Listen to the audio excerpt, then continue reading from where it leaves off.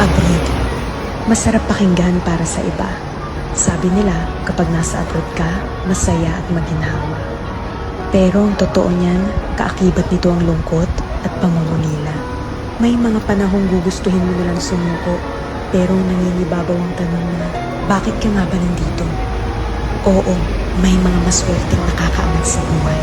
Pero aminin natin hindi lahat pinapalad na magkaroon ng abroad.